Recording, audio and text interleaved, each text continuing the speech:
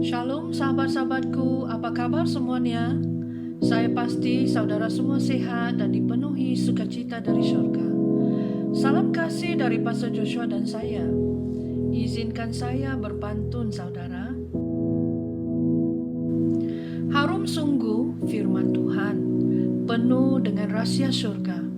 Janganlah membaca kulit sahaja, telitilah kandungan sehingga tamat.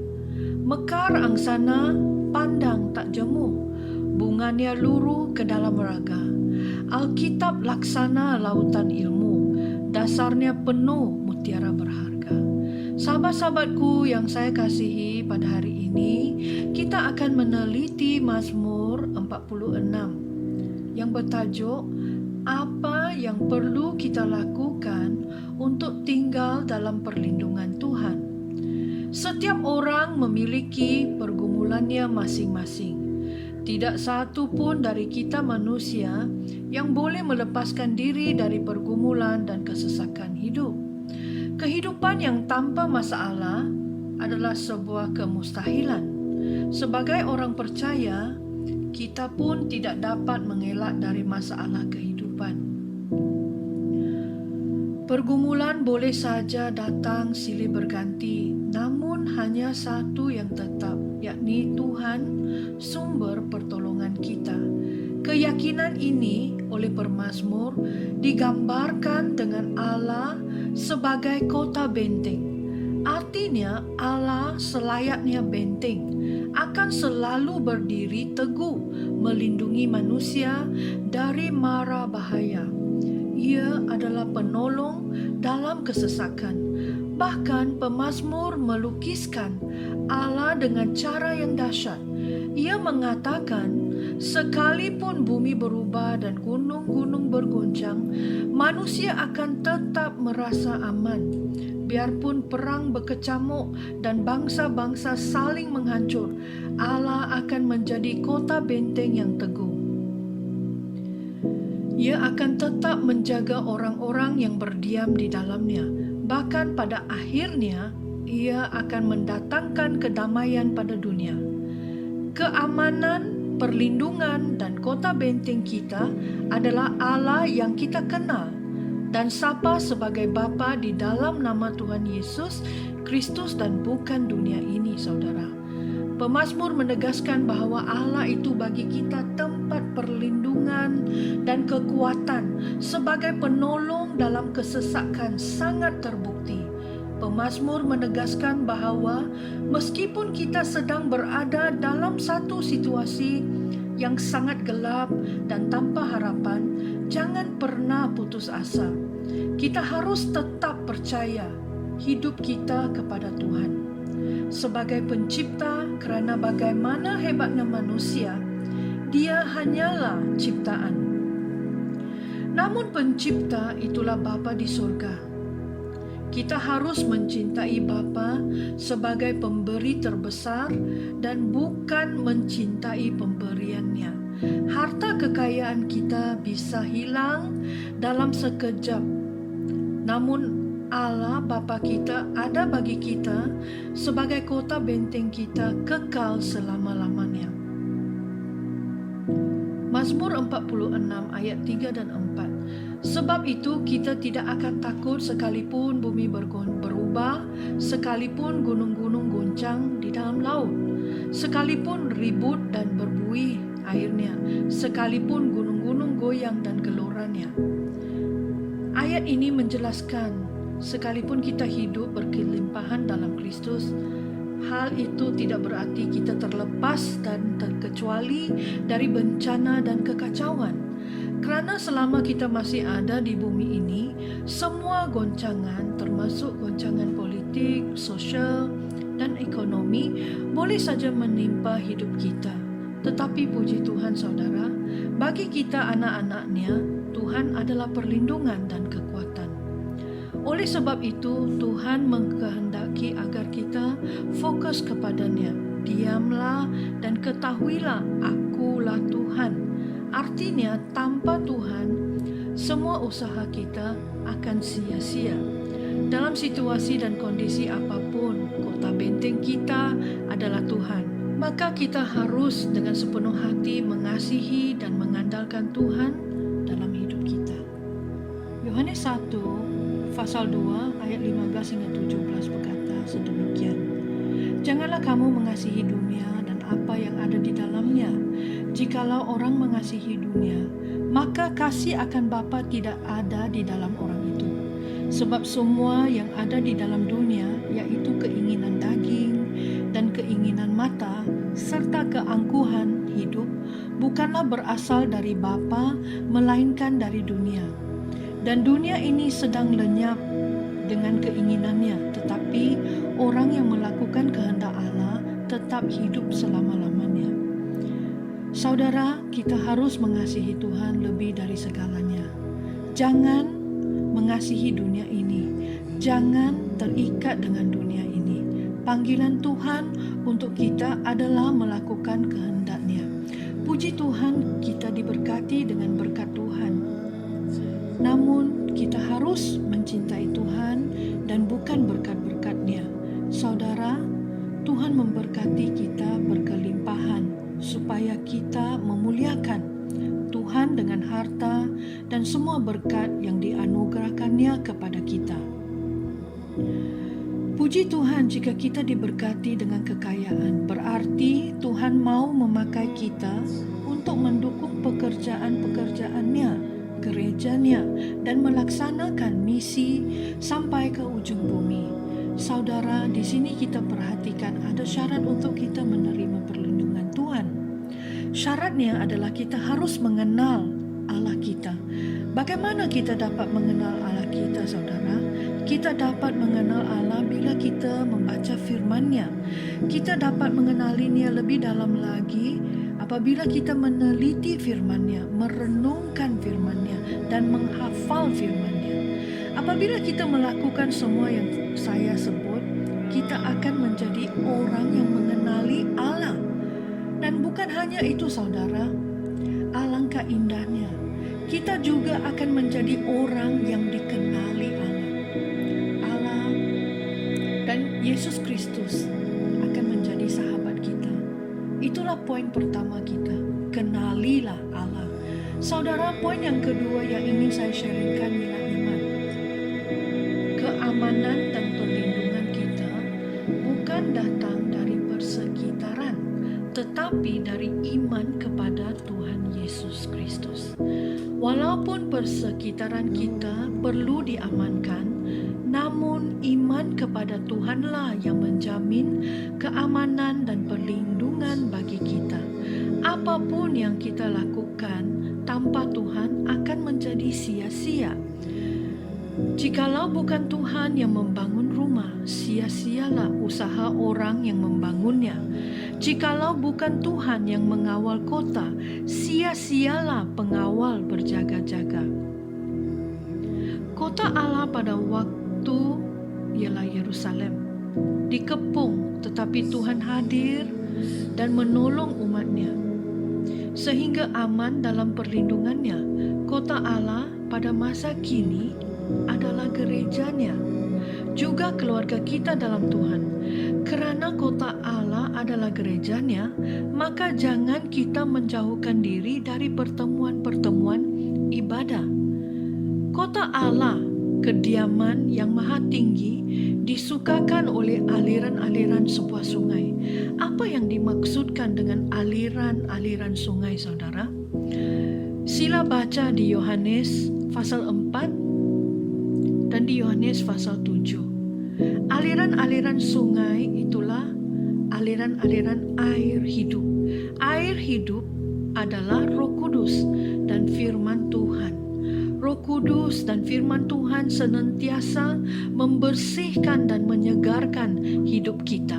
Kota Allah adalah tempat di mana anak-anak Tuhan berhimpun sehati dan seroh. Itulah gereja Tuhan dan keluarga kita yang dialiri oleh aliran air hidup yang selalu menjadi rema dan kasih serta kuasa yang menopang kehidupan kita. Kita memerlukan keduanya, saudara, kerana kita tidak kebal dengan keadaan di dunia ini. Saudara, kita senantiasa memerlukan aliran air hidup. Kita memerlukan Allah sebagai kota perlindungan. Dimanapun kita bersekutu dalam nama Tuhan Yesus, di sana pasti ada mujizat. Di mana kita bersekutu dan berdoa, di sana ada perlindungan Tuhan. Kemanapun kita pergi, tidak ada tempat yang aman di dunia ini, saudara, kecuali di dalam Tuhan Yesus. Itulah tempat perlindungan kita. Mazmur 125 ayat 1 berbunyi demikian. Orang-orang yang percaya kepada Tuhan adalah seperti gunung Sion yang tidak goyang, yang tetap untuk selama-lamanya. Di Ibrani 11 menjelaskan bahwa semua tokoh iman tetap setia kepada Tuhan sampai akhirnya. Sekalipun mengalami berbagai penderitaan, mereka tetap beriman dan setia sampai akhir. Poin yang kedua yang saya ingin ajukan pada hari ini adalah iman. Saudara, kita harus mempunyai iman dan kepercayaan kepada Tuhan Yesus Kristus. Iman kepada Yesus Kristus sangat penting. Tanpa iman kepada Tuhan, sia-sia saja semua pengetahuan akan dirinya. Iman dan pengetahuan berjalan seiring. Dengan pengetahuan kita diubahkan dan iman bertumbuh dalam hati kita. Saudara, iman adalah kunci yang membuka tingkap surga. Iman adalah dasar dari segala sesuatu yang kita harapkan dan bukti dari segala sesuatu yang tidak kita lihat. Iman mula bertumbuh dalam kita sewaktu kita mengambil langkah menjadi pelaku-pelaku firman. Saudara, latar belakang Mazmur 46 tertulis di dalam Raja-Raja 2 Tawarikh dan Yesaya. Pada waktu itu Senherib, Raja Asyur menyerang dan mengepung Yerusalem serta mengintimidasi mereka melalui kata-katanya yang menghujat Tuhan, menghujat raja dan rakyat kerajaan Yehuda. Tetapi melalui perkataan Hizkia, Raja Yehuda, iman rakyatnya dibangkitkan sehingga rakyatnya mendapat kepercayaannya kembali. Selanjut, firman Tuhan menjelaskan dalam 2 Tawarikh 32:20, tetapi oleh kerana itu, Raja Hizkia dan Nabi Yesaya bin Amos berdoa dan berseru kepada sorga. Inilah hal penting, saudara, bahawa sesiapapun dan apapun yang datang menyerang hidup kita, lawanlah dengan doa, kerana itulah kuasa yang terbesar bagi saudara dan saya. Tertulis, maka Raja Hizkia dan Nabi Yesaya anak Amos berdoa dan berseru ke surga. Lalu Tuhan mengutus malaikat yang melenyapkan semua kesatria gagah perkasa, pemimpin dan panglima yang ada di perkemahan Raja Asyur, sehingga dia pulang ke negerinya dengan muka yang diaibkan. Ketika dia masuk ke dalam kuil dewannya, anak-anak kandungnya sendiri membunuhnya dengan pedang di sana. Demikianlah Tuhan menyelamatkan Raja Hizkia dan penduduk Yerusalem daripada tangan Senherib Raja Asyur dan daripada tangan semua orang. Dia mengaruniakan ketenteraman kepada mereka di segala penjuru. Yahweh tetap yang berkuasa di atas segala keadaan. Dari kisah ini kita belajar bahawa Tuhan adalah kota benteng kita. Keamanan, perlindungan dan kota benteng kita adalah Tuhan yang kita kenal, yang kita sapa sebagai Bapa di dalam nama Tuhan Yesus. Poin yang ketiga yang harus kita ingat adalah kita perlu berdoa. Kita dipanggil untuk berdoa dan memanggil nama Tuhan kerana daripadanya datang pertolongan. Kemudian murid-murid Yesus datang dan ketika mereka bersendirian dengan dia, bertanyalah mereka, "Mengapa kami tidak dapat mengusir setan itu?" Maka Yesus menjawab, dia berkata kepada mereka, "Kerana kamu kurang percaya. Sebab aku berkata kepadamu, sesungguhnya sekiranya kamu mempunyai iman sebiji sesawi saja, kamu dapat berkata kepada gunung ini, pindah dari tempat ini ke sana. Maka gunung ini akan berpindah dan takkan ada yang mustahil bagimu." Dengan itu, Tuhan berkata, jenis ini tidak dapat diusir kecuali dengan berdoa dan berpuasa. Karena itu, hendaklah kamu saling mengaku dosamu dan saling mendoakan supaya kamu sembuh. Doa orang benar dinaikkan dengan sungguh-sungguh, sangat besar kuasanya. Yakobus 5 ayat 16. Saudara, dari ayat-ayat yang baru saya baca, kamu dapat perhatikan doa dan puasa dan juga iman sangat-sangat penting. Di poin yang ketiga, saya ingin mengingatkan kepada saudara bahwa untuk berada di dalam perlindungan Tuhan kita perlu berdoa. Ini masuk poin keempat, saudara. Saya di sini ingin mengatakan dengan sukacita bahwa keamanan dan perlindungan kita bukan sementara namun kekal sifatnya. Di Mazmur 46 ayat 8. Sila baca, saudara. Dalam sejarah Tuhan, gereja terus-menerus bertumbuh, sekalipun mengalami penganiayaan. Bahkan sampai hari ini, gereja terus bertumbuh di seluruh dunia. Mengapa? Karena perlindungan Tuhan kekal. Tuhan senantiasa melindungi gerejanya. Mazmur 94 ayat 20 hingga 22, kita diselamatkan dan dibenarkan karena darah Yesus, sedangkan iblis dikalahkan oleh kuasa darah Tuhan. Roh di dalam kita lebih besar dan berbeda dari roh yang ada di dunia. Iblis selalu merancangkan kejahatan, pembunuhan, dan bencana di bumi ini. Tetapi kita adalah milik Tuhan. Kita ada di dalam perlindungan kuasa darah Tuhan Yesus. Itu sebabnya panggilan kita adalah berdoa dan berperang secara rohani, bukan berperang secara duniawi. Mazmur 18 ayat 2 dan 3. Tuhan, bukit batuku, kubu pertahananku dan penyelamatku, Allahku, gunung batuku, tempat aku berlindung, perisaiku, tanduk keselamatanku, kota bentengku. Terpujilah Tuhan, seruku, maka aku pun selamat daripada musuhku. Tuhan mengkehendaki agar kita mengasihinya, saudara. Tuhan tidak akan membiarkan kita, sebaliknya Dia akan menolong kita tepat pada waktunya.